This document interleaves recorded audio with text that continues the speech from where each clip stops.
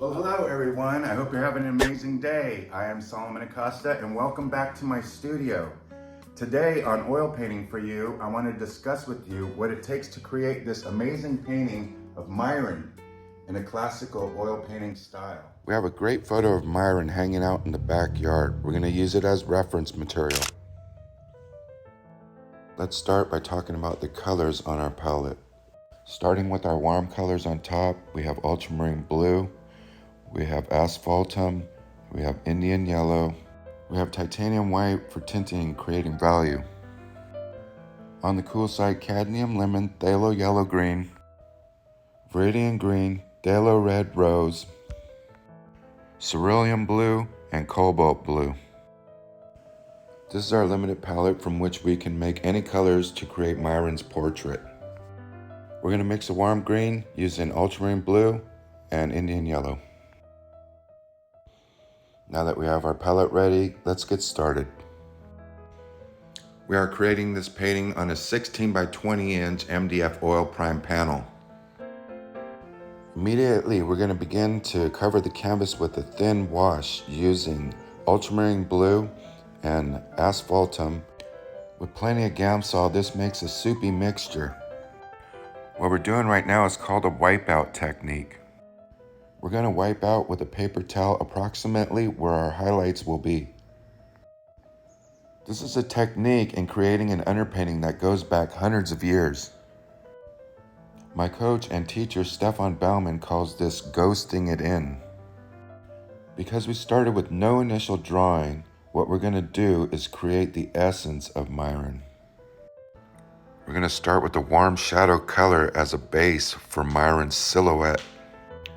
There's a lot of warmth in Myron's fur, and we're using that green mixture that we mixed up with ultramarine blue and asphaltum, along with a little bit more Indian yellow. And we'll work on this shape of Myron until our composition feels correct. And we can continue to use our paper towel as a way to correct or erase. And now we're wiping out where the sun is hitting the grass and sidewalk. We're going to take ultramarine blue and asphaltum and mix up the darkest color we can make. We're going to use this to paint the eyes and nose. We're not going for any detail at this point. We're just trying to establish Myron's features in the correct position. Eyes are spheres that are sitting inside of a socket, so we have to remember to paint that dark shape first. Now we're going to put some of that warm green we made into this dark mixture, and we're going to paint the grass that's in shadow in front of Myron. Remember to take a couple steps back every now and then and take a look at your painting and assess it. We are constantly correcting our drawing and shapes and assessing it for value, color, and temperature. There's so many different values and nuances of color underneath Myron's fur. And we want to be sure to get those correct before we start putting white or anything like that over it. They say value does all the work, but color gets all the credit. And I think Myron is a perfect example of this famous saying. There's no way we could describe Myron's fur by taking white out of a tube and just painting it without all these different nuances and different values of white. Colors are beautiful and value is important, but temperature is the key to painting the effect of light. The effect of light must be in the focal area, and the focal area is in the middle third of our painting. The focal area should have the highest contrast and value where the darkest dark is up against the lightest light. In Myron's portrait is light that's hitting him on the left side. We're mainly going to be working from the focal point outward. Along with the main focal point, a painting can have secondary and tertiary focal areas, which are less intense. Along with eye magnets, it can help lead our viewer around the composition. We want to keep our audience engaged with our painting, so having a great composition is a must.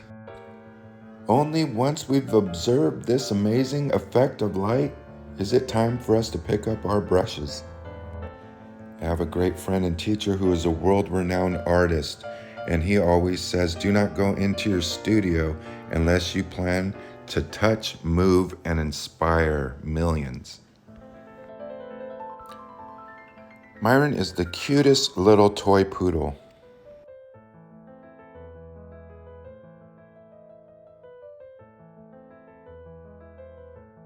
We're going to use a palette knife to put in some highlights into our focal area. This is a mixture of titanium white with cadmium lemon. And on the opposite side, we're going to push our darks even darker up against our highlight. The bush that's behind Myron has a lot of warmth in it. It's important to always keep moving around the painting and don't get bogged down in one area. Not one part of the painting should be done before the rest of it. And now that the canvas is completely covered, we can assess a lot better the changes we need to make. Wow, our painting of Myron really evolved and morphed into an amazing work of art. A couple more details and highlights, and all we have to do is sign this painting of Myron. I'd like to take this time to thank you for watching this video. Please remember to like and subscribe to my channel so you can get all the content that I create.